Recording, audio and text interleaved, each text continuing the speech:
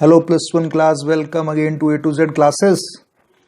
आज हम डिस्कस करेंगे to derive the relation between different physical quantities which is the third use of dimensional equation. इससे पहले हम ऑलरेडी टू यूजेस कर चुके हैं। First one was the to convert one system of unit into another and second one was the to check the correctness of the physical quantity. तो आज हम इसका थर्ड यूज चेक करते हैं, to derive the relationship between different physical quantities. तो इसके लिए एक एग्जांपल लेके चलते हैं जिसे सॉल्व करने पर आप पूरी तरह से समझ जाओगे कि डिफरेंट फिजिकल क्वांटिटी के बीच में रिलेशन कैसे फाइंड आउट किया जाता है। So the example is to derive an expression for time period t of a simple pendulum which may depends upon mass of the bob, length of pendulum and acceleration due to gravity। Question बोलता है कि simple pendulum के time period के लिए expression derive करना है, right. और ये जो टाइम पीरियड है ये तीन चीजों के ऊपर डिपेंड कर रहा है। Number one, mass of the bob, length of the pendulum and acceleration due to gravity. Clear? इसको आप इस तरह से देख सकते हो। Suppose we have pendulum attached to one end and this is the mass of the bob, right, and this is the length of string L। तो ये क्या करेगा? It will oscillate like this about its mean position। तो इस दौरान इसे कितना time लगता है एक ऑसिलेशन के लिए, उसी को हम टाइम पीरियड बोलते हैं, राइट। तो यहां पर ये तीन चीजों के ऊपर डिपेंड कर रहा है। Number one, mass of the Bob, second one length and third is the gravity, acceleration due to gravity, यानी जी के ऊपर डिपेंड कर रहा है। तो इसके लिए रिलेशन कैसे फाइंड होगा? तो इसके लिए हम करते हैं, हम मान के चलते हैं let time period is directly proportional to mass of the bob, right, length of pendulum and acceleration due to gravity, right। इनके डायमेंशन हम एज्यूम कर लेते हैं। मास का डायमेंशन है a, लेंथ का डायमेंशन b और एक्सेलेरेशन ड्यू टू ग्रेविटी का डायमेंशन c, राइट। तो a b c क्या है? Here A, B, C are dimensions. These are the dimensions। या इसी इक्वेशन को हम लिख सकते हैं T is equal to K।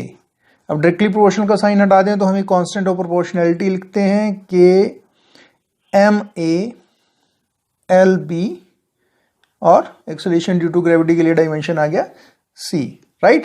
K क्या है? Where K is dimensionless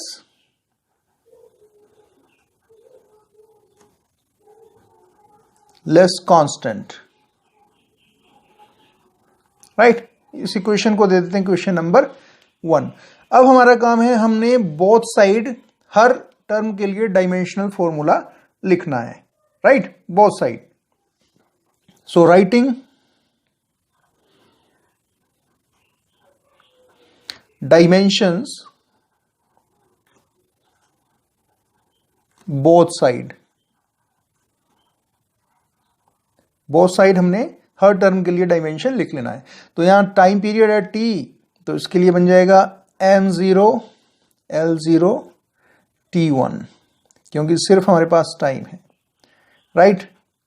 k m is mass, mass के लिए dimension formula m, power a, l length of pendulum, dimension b and acceleration due to gravity के लिए हमारे पास होता है lt minus 2, right. और इसके लिए डायमेंशन आ गया c। अब according to principle of homogeneity हमने क्या करना है? बोथ साइड के जो डायमेंशन है उनको इक्वेट करना है, right. Equating according to principle of homogeneity.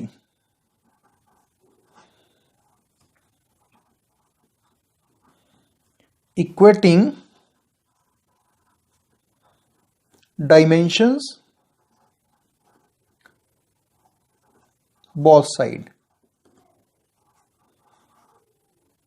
Dimensions को बोथ साइड क्या करना, इक्वेट करना, राइट।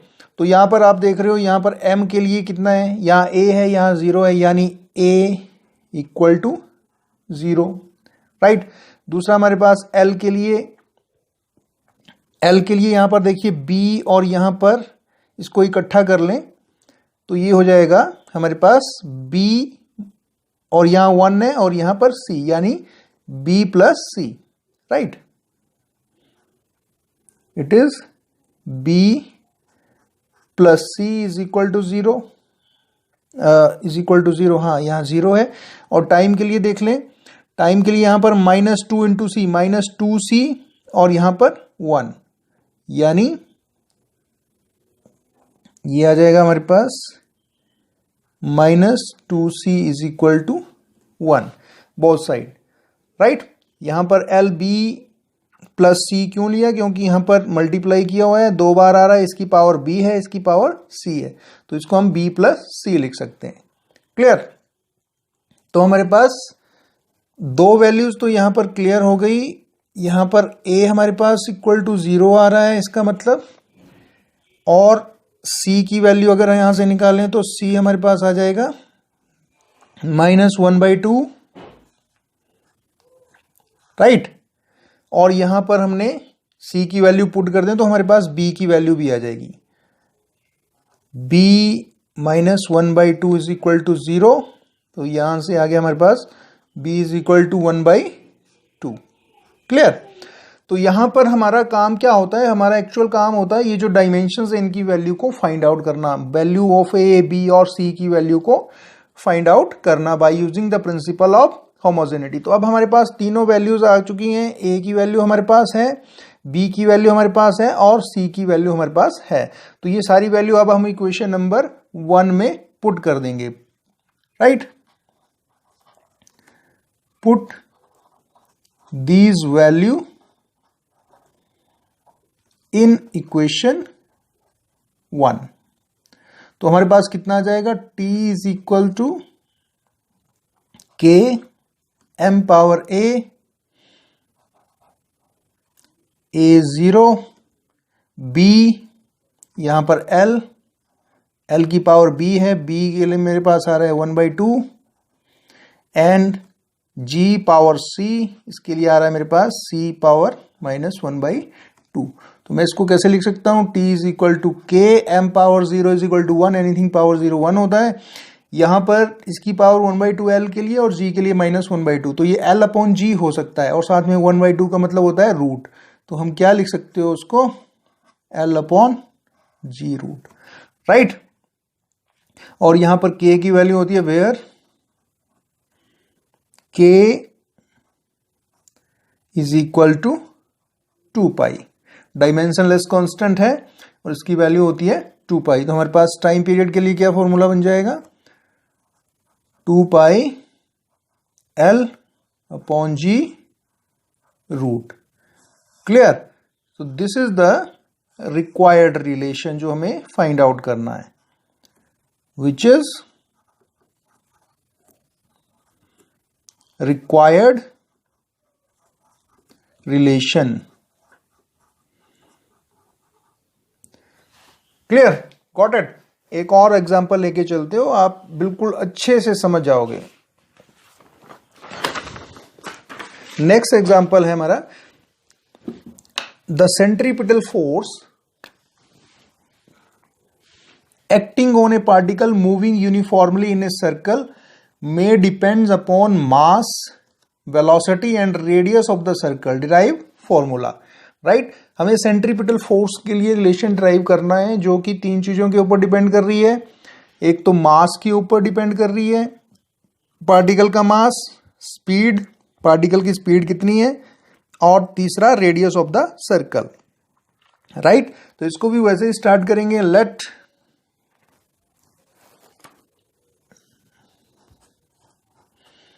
यहां पर हमारे पास F इज इक्वल टू के, किस किस के ऊपर डिपेंड कर रही है, मास के ऊपर, इसका डायमेंशन ले लेते हैं हम A, देन वेलोसिटी, इसका डायमेंशन ले लेते हैं B, and third one is the radius, इसका डायमेंशन ले लेते हैं C. Equation number 1, right, where K is dimensionless constant. Dimensionless constant. Clear? अब दोबारा हमने बोथ साइड क्या करना है, डायमेंशन लिख लेना है. Writing dimensions both side, right. Force के लिए हमारे पास डायमेंशन फॉर्मूला आता है m1L_T-2 इक्वल टू K. मास के लिए m ही होता है. वेलोसिटी के लिए होता है L_T-1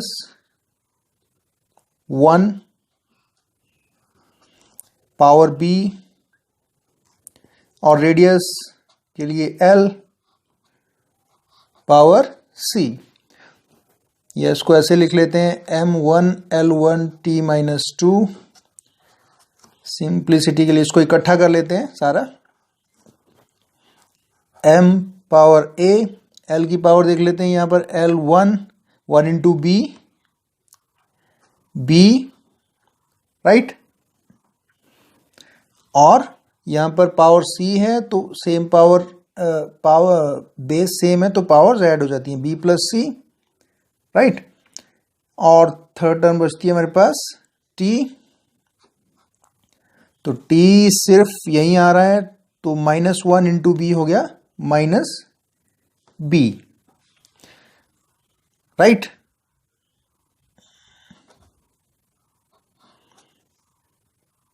it is like this. अब हमारा काम है इन टर्म्स को इक्वेट करना, डायमेंशंस को इक्वेट करना. इक्वेटिंग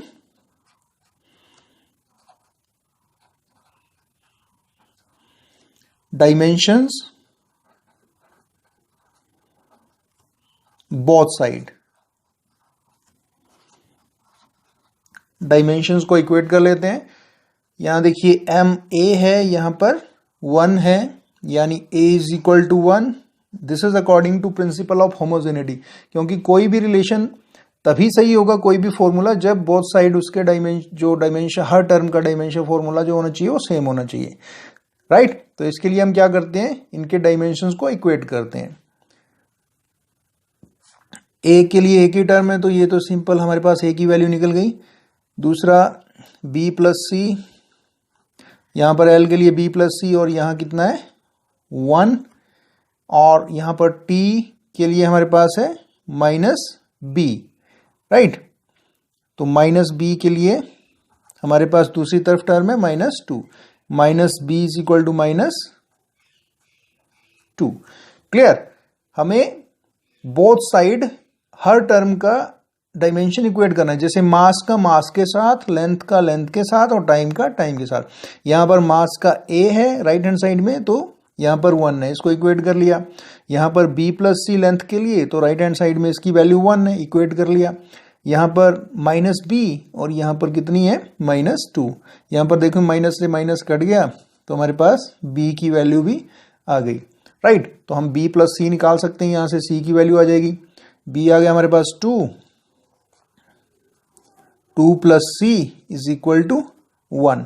तो C कितना आ जाएगा हमारे पास 1 - 2, राइट. या C की वैल्यू आ गई हमारे पास -1. तो इस तरह से अब हम हमारे पास तीनों की तीनों वैल्यूज हैं A, B और C. तो हम क्या करेंगे, इसको पुट कर देंगे इक्वेशन नंबर 1 में, right. Put these value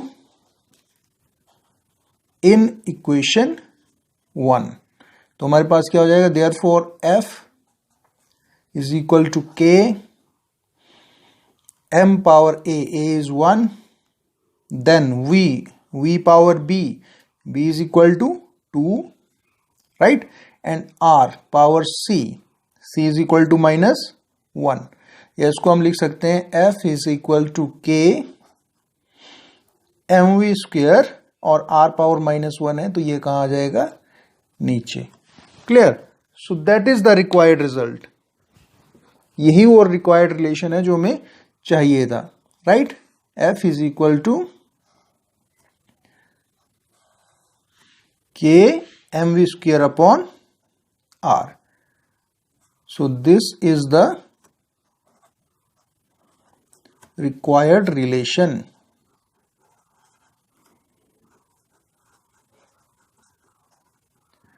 got it? तो आप समझ गए होंगे कि इसको हमने कैसे किया. बिल्कुल सिंपल है, अच्छे से प्रैक्टिस करोगे तो बड़े आराम से आ जाएगा. Got it? सो स्टूडेंट्स, अभी तक हमने डिस्कस कर लिया 3 uses of the dimensional equation. Clear? अब नेक्स्ट चलते हैं हम लिमिटेशंस ऑफ डायमेंशनल एनालिसिस. जो इसके यूजेस हैं, इसको अगर अलग से रखते हैं तो इसकी कुछ लिमिटेशंस भी हैं, तो उन लिमिटेशंस को डिस्कस करते हैं. First one is the this method gives no information about the dimensionless constant in the formula.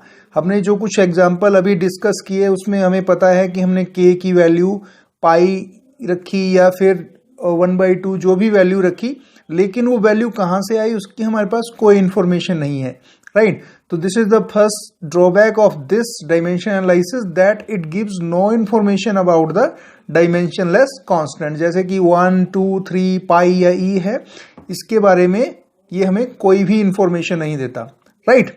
Second limitation है, it can not be use to derive relation involving trigonometrical and exponential function. अगर हमारे पास कोई trigonometrical function आ जाता है या कोई exponential formula आता है तो ये डायमेंशन एनालिसिस उस चीज को डिराइव नहीं कर सकता, right?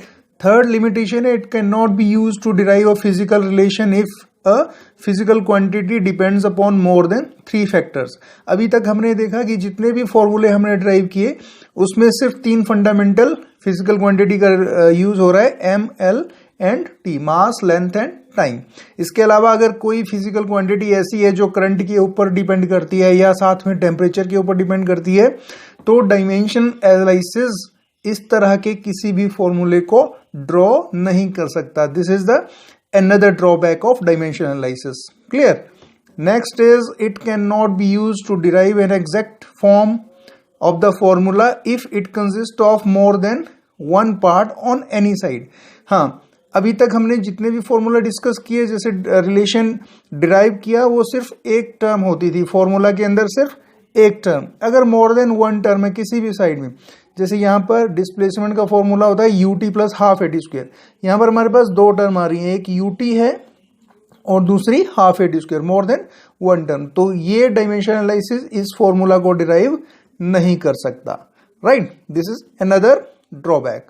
And last one is it gives no information whether a physical quantity is scalar और अ वेक्टर. साथ में ये फॉर्मूला हमें या डायमेंशन एनालिसिस हमें ये भी नहीं बताता कि कौन सी फिजिकल क्वांटिटी स्केलर है और कौन सी वेक्टर है. क्लियर? तो दीज आर द लिमिटेशंस. तो ये आपने चैप्टर अच्छे से कर लेना है. कोई डाउट होगा तो कमेंट बॉक्स पे आप जरूर बताएं. Thank you. Have a nice day.